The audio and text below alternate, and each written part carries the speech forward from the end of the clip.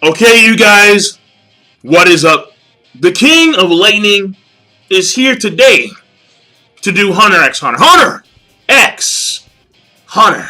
Sing, sing. Chapter 349 review. I am tired, man. I'm really fucking tired. The night before, you know what? Let me just stop now, because you guys don't care about my life. Fuck my life, Hunter x Hunter.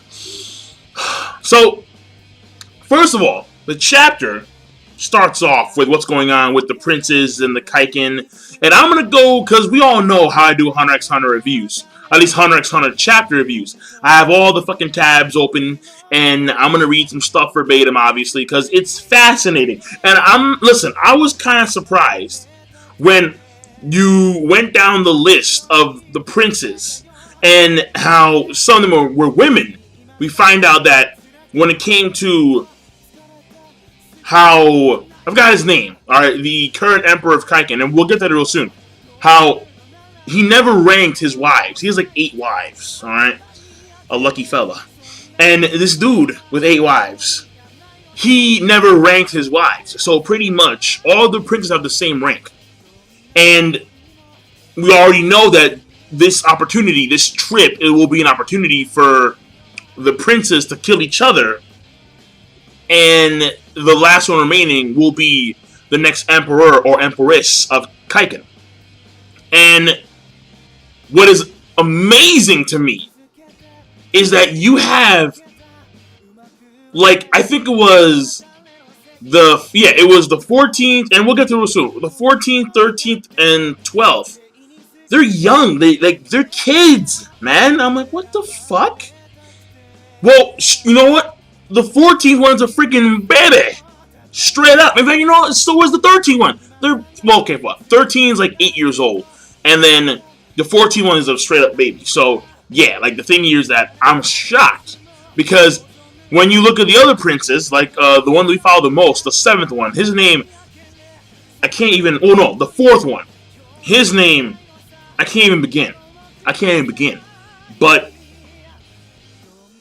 no qualms about terrorizing and killing his brothers and sisters. I mean, most of them are half brothers and half sisters, but still, it's like, dude, damn, wow, fucked up. So that was the first bit, and we'll go into more detail later, obviously. The second bit is mainly because the second bit is mainly just Kurapika and Mizai talking about the specifics, about what they're going to do and their plan and so on and so forth. And then it pretty much also entails a reveal of Sayu's powers, about his 3 monkeys. And see no evil, speak no evil, and hear no evil. And how when they attack and they make contact with the opponent, they remove your hearing, they remove your speech, and they remove your sight. And then he pretty much, quote-unquote, beats up thrashes, that's the quote-unquote, he thrashes his opponents with his monk staff, or his monkey cane, whatever, it's called something, alright? Alright, his power pole, fuck it, his power pole. We'll get to it real soon, too. So, that was fascinating. And then seeing how Kurapika and Mizai, they have a plan, obviously, because they don't want, the last thing they want is for Sayu to save Beyond, and they venture off into the Dark Continent, uncontested, no one there to make sure shit goes right. Because they don't care what the hell's happening, they're just going to do shit. And then we have explanation about how, because their powers have been revealed to one another, there is a lot of trust now. Like, the trust between the Zodiac members has strengthened. And then also there's a lot of talk when it pertains to how Mizai, once this is all said and done, he's probably going to face a lot of scrutiny when it comes to the other members of the Zodiac, because he revealed his powers and talked about integrity, but at the same time, that was all a ploy to just manipulate the fucking Zodiac, so he could find out who the criminal was. So, like, it's for a better fucking cause, obviously. because you don't want shit to go down. If you are in a situation in the Dark Continent where, like, there's fucking tremor worms flying around and shit, you want to make sure that the dude next to you isn't going to betray you. Duh. So, obviously, got to make sure shit's right. And how you do that, you remove the threat, and the threat is Sayu, according to Kurapika. But he still may face scrutiny nonetheless. So I understand why, but it's like, given the circumstance, given the I was going to say gravitas, but that's not the right word. So yeah, given the gravity of the situation at hand, what he's doing makes perfect fucking sense. Perfect fucking sense. And then they wrap up the chapter with this reveal that the princes right now, apparently 6 of them, are actually hiring bodyguards. And obviously because of the fact that, and by the way, this fucking baby, it needs a bodyguard. ASAP. Now. Because all we see is some chick, which I think is his mom, holding the baby. And I'm like, no. She needs bodyguard. The kid needs bodyguard. Oh, right, and the fucking goddamn spirit beast. The fucking fucking Yusuke and the goddamn egg and shit spirit beast. Alright? So, we got spirit beast in this bitch now. I mean, yeah, come on, seriously. Like, you think I didn't catch that shit? I'm like, wow, spirit beast. Though what I will say is that compared to Yu Hakusho spirit beast, the one that we saw in this chapter, behind the Emperor of Kaiken, oh, I'm like, what the fuck is that thing? Like, this thing's mouth looked like a damn vagina with no, it was a fucking vagina with razor teeth. And then it's just straight up boobs, but they're like deformed and shit. It's like, ugh. And it had like 19 hands or some shit. It looked weird. And he's talking about like, yeah, well, it's a representation of who you are. Then I'm like, you're a sick fucker. I'm looking at this thing. Then I'm looking at this thing just hold him. I'm like, you're a sick dude. Whoa. Now, I don't know if they can actually see that spirit beast. Because, well, when I say they, I mean like Nen users.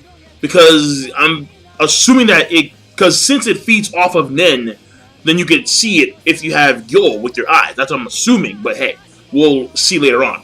But basically, when it comes to the princes, we find out that, yeah, they're hiring. And the big problem here is that because they're hiring, because they want muscle, or they want whatever, when it comes to their hiring processes, plural, thing here is that those who were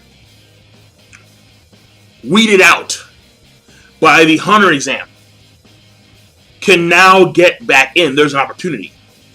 So that's a big problem. So let me just go to the specifics, alright? Because I could end the chapter. No, not really. Because that was more or less an overview of what was really going down. And my thoughts on, like, my brief thoughts on that shit. Because right now, my fucking head is killing me. You know, like, that point in time when, like, you're so tired, your head starts to throb? Yeah, I'm getting to that point. I'm getting to that fucking point. It's not there yet, but I feel a little bit of, like, right here. I'm like, oh, no. So, let me continue with the damn chapter. First of all, let's go over the princes and who they are, because like so we have the princes, and there's some random butler dude. He's talking to the current prince that we always follow. He has this weird jar, okay, and the jar I believe is called the. There's a name for the jar, and he calls it the the pot ovum. And apparently it's been passed down from generations to generations of the Kaiken family. And I quote, by proving the lineage of succession in your blood to the pot, and by praying for the throne, it is believed that it will bless one with special powers. Now here's what's very important, obviously. So we follow the current prince, and his name, 4th prince from Mother Umma. Yo, his name is Murder! I can't do it. I can't do it, man. But I'll get to that real soon, because this is very important, too. Because this, if you look at the picture, where you see him sitting on the chair with the skulls, and then you see the Kurta Clan eyes, oh, man. We'll get to that real soon. Whoa. So, we see him in this chapter. What does he do? He sticks his hand inside this pot. The pot has like a face, and its mouth is like kind of open. So he takes his blood, puts it in the top of the pot. Then he sticks his hand in the mouthpiece of the pot. The mouthpiece of the pot. Thing here is this: when he does that, some small like Chinese fairy, and that's what she is. Like, let's not try and be like racial over here. I'm just saying what the fuck she is. She's a small Chinese fairy. Got a problem with that? Don't look at me. Look at my boy Togashi. So Togashi draws a small Chinese fairy with like no fucking feet. It's kind of weird, but whatever. And the Chinese fairy has something like an egg, and it's like straight up spirit beast. Like, it's so fucking Yu Yu Hakusho spirit beast. And the small egg gets shoved into the fourth prince's mouth. And he doesn't see it. So it looks like all this happens like an instant. Or like time stops. And like the fairy just like does her thing. Because this guy is not aware of what's actually happening. He just kind of like, he's just staring aimlessly at the pot, but nothing is happening. Like, he can't perceive what's happening right now in front of him. So it looks like in order to maintain this ritual, like the pot has some kind of condition, or has some kind of it has something, whatever, to where it can stop time, or it can stop someone's senses of time, and they shove an egg down the person's throat, the person of lineage. So what this is, I'm thinking that this thing honestly has ties to Dark Continent, because that's kind of weird, because this whole spirit beast concept has never been introduced until now in the story, until now, when we just so happen to be going on to Dark Continent. So my theory is simply put this thing in the spirit beast has ties to the Dark Continent and to an ancient civilization. That's my assumption. If this thing has been passed down from generation to generation, and it has this kind of power, yeah, it's probably ancient. Like, advanced and ancient. So, those are my thoughts right there on that. Now, when it comes to the princes themselves, so let's go one by one. So, and by the way, we'll get to it. First Prince Benjamin of Mother Uma, the same mother of the fourth prince that we always follow. Then we have the second prince, Camilla. Camilla. And one of the other mothers, alright, whatever. And then we have the third prince, Chorai. Now, then they explain how the king, he has 8 legal wives, quote unquote, and he has 14 heirs, and pretty much, he never ranked them, like I said before. So now we go over to the picture, and then this picture's key. So this is the prince that we follow the most, alright? There's a head in a jar within the group of eyes of the Kurta clan. I got a feeling that head is Kurapika's best mate. I got a fucking feeling, man. It's him, dude. It has to be. What the fuck was his name? I think it was it begins with a P. It begins with a P. I think it's a P. I think it's a P. Yeah, PB. Whatever. Alright, but it's him. It has to be him. Fuck. Oh, no. Kurapika's gonna be so mad. He may just break his fucking restriction. He may just do it. He may just do it. Oh, because listen, man. It's one thing to have the fucking eyes. It's another thing when it's the entire severed head. That's a whole new ballgame. No, then you're just pissing off cats. In this case, the cat's named Kurapika. And he's come with some razor-sharp claws to kill you. To rip out your fucking guts. Shit, it's happening, man. And then, like, you see, like, these other, like, weird bodies. Like, this guy's just a sick fucker. He has, like, organs in these jars. He has just torsos of people, not even like arms or legs, just torso. He has severed heads. This guy's a sick fucker. Like, out of all of the princes that we've seen thus far, he's the sickest one by far. Then we continue. Then we have the fifth prince. This lady, Subeba, and Subeba appears to be like a scientist of some kind, or a doctor, someone versed in that field. Then we have the sixth prince, which I believe that was the prince that was the one who had like a thing for her precious bodyguards. So that's why they didn't go to the hunter exam, something like that. So yeah, because the first prince thought that Benjamin thought that his bodyguards were too fucking good to go to the hunter exam. They're just too good. And this one thought that her bodyguards were too precious. I think it's either the sixth prince or the eighth prince, whatever. But we have her name is Tyson, so it could be a dude cosplay as a chick, maybe, who knows. We have the seventh prince, who I think is the one regarded as the fourth prince to be an idiot, the one whose bodyguards completely failed the hunter exam. I think it's him, the seventh prince. And this dude, I can't say his name. No, I'm not gonna try his name. But this guy, he's on like cloud 15,000. This dude has 1, 2, 3, 4, 5, including the one that's actually in his mouth. He has 5 smoke devices. Like, I can't even call them bombs. They're like some kind of device. Like I don't know. But clearly, he's enjoying some good grass right now, obviously. No doubt about it. Then we have the 8th prince, and he has all these girls around him. We have the 9th prince, Harkenberg. Harkenberg seems to be someone, young man. Probably say around like what, late 20s, early 30s. That's what I'm thinking. Maybe even mid 20s. He looks like he's reading a book, so he's someone who just he's a guy.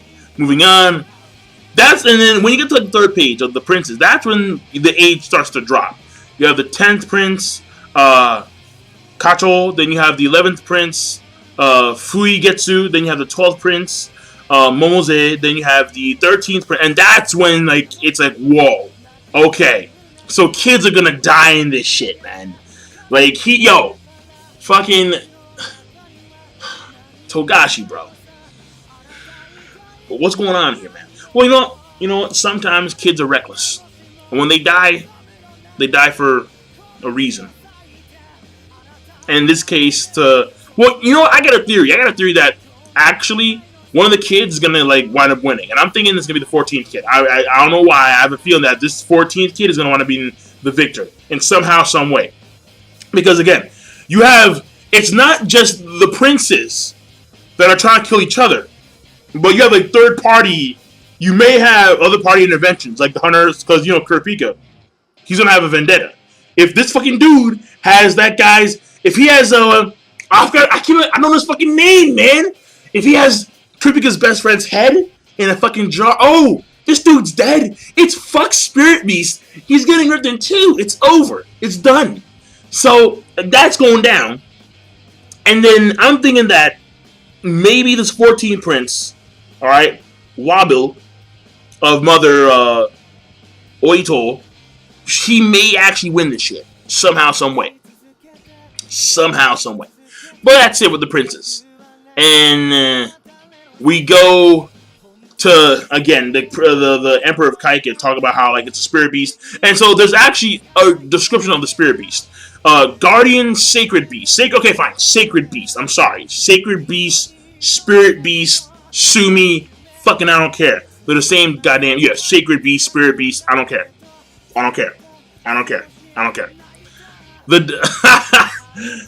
A divine beast born from strong prayers for one's offspring prosperity. I'm sorry. Whoa. I'm off my kilter there. I'm so off kilter. Prosperity. It haunts those with a strong affinity for the dead, which is kind of weird. So, a strong affinity for the dead. What that means exactly, don't know. I mean, maybe that ties into the whole Kaiken ancestors, and again, not too sure. But let's continue. It feeds on the aura, and I'm assuming that's Nen. It feeds on the aura of those that it haunts. And those people have influence on its form and ability. But since it is not created from their own body, it is not bound to the will of the host. So that's very dangerous in a lot of ways. I mean, it doesn't say that they can kill the host, but they're not bound to the host's will because they're from this jar, this pot, whatever it's called. So that part, that whole section of the chapter is fascinating. It's interesting. It's a lot of build-up and hype for obvious reasons. And I guess place your bets. I mean, maybe the most random prince will win. I don't know. Like, maybe it'll be like the damn 7th prince, right? Maybe it's him. Don't know. I doubt it, though. I'm thinking it's either the 14th prince, he's gonna pull out some kind of miracle. Even though he's a baby. Or it's fucking, Mr. Creepy over here. I bring in women to, like, my room. And, like, the next scene, I'm, like, covering their blood. And I'm taking a shower. And it says, like, no. Alright, so, the next part. Basically, this part's simple. It looks like, according to Beyond, that he has no idea of a spy within the Zodiac. Nor does he care about any ceremonies that pertain to the Kaiken and what they're doing. So, what's fascinating there, obviously, is this. He doesn't know about Sayu. Now, Kurapika said that he was telling the truth. So that means that, according to Kurapika, Pariston is the one who is actually running the show to save Beyond Netero. Beyond Netero may have his own agenda.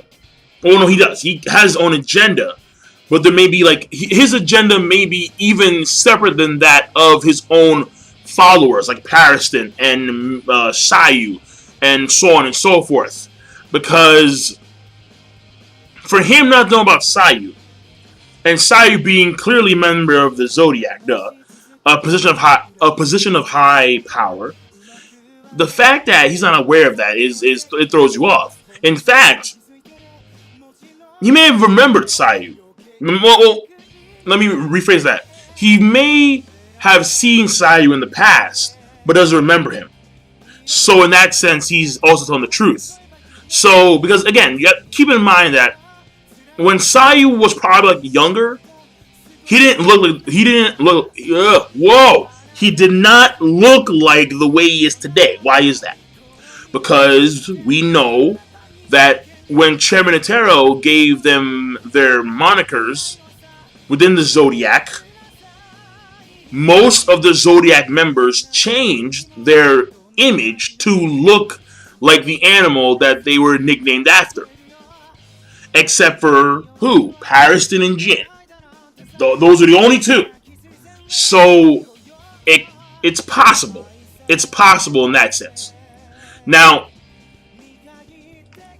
I do want to give credit to Mizai, because Mizai understands full well that once this all goes down, and once the other Zodiacs find out that I was doing all this stuff on the side with Kurapika, who essentially is a rookie in the Zodiac, clearly the Zodiac members who are considered to be the oldest and the more, like just the older Zodiac members in general, they're going to be pissed. What the fuck?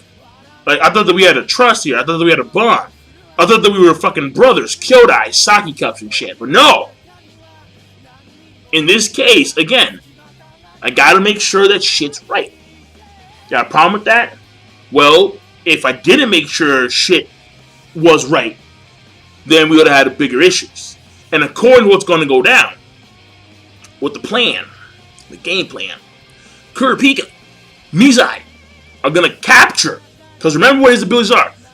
The abilities of Mizai are restriction and like with his cards, he can restrict. He can make you tell you that he can force you to tell the truth, and he can restrict your movements. Coming very handy, obviously. Now, of course, Kurapika had a better ability, Chain Jail, but Chain Jail only used for what? The fam troop. So yeah, in that sense, in that regards, he's not gonna fight. Duh.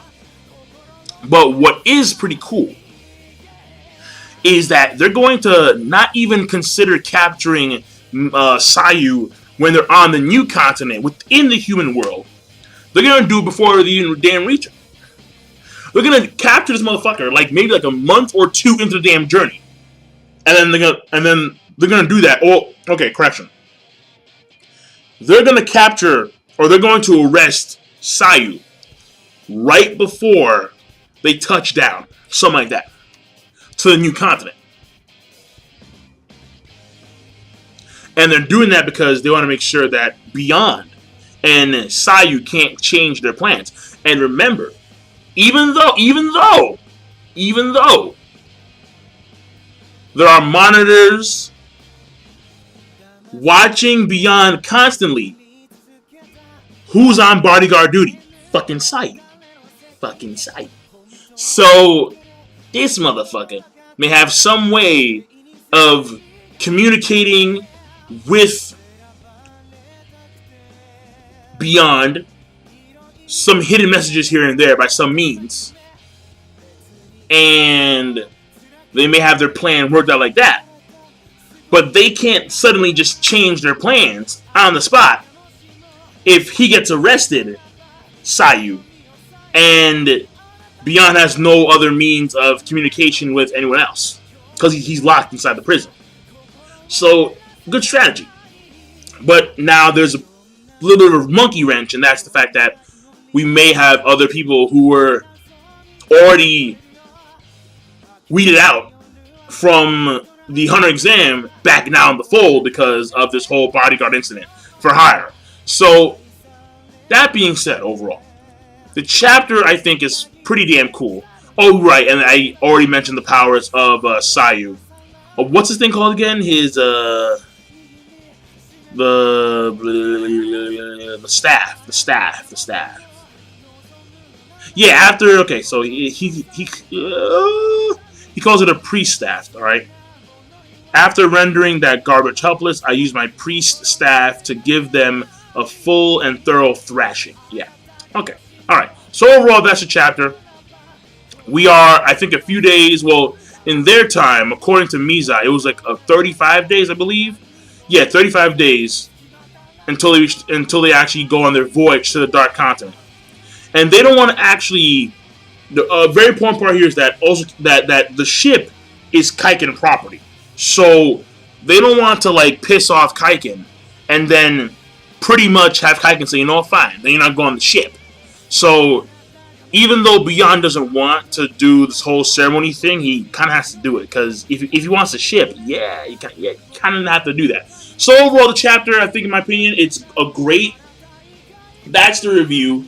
Long as shit. Not the longest review I've done, obviously, because I've done way longer. But point here is that I'm tired, and it's like, fuck it, dog. So the chapter is going to be great, and I will see you guys later. King Lightning, rate the video, comment, and subscribe as always. Peace. Have a nice day. Salute.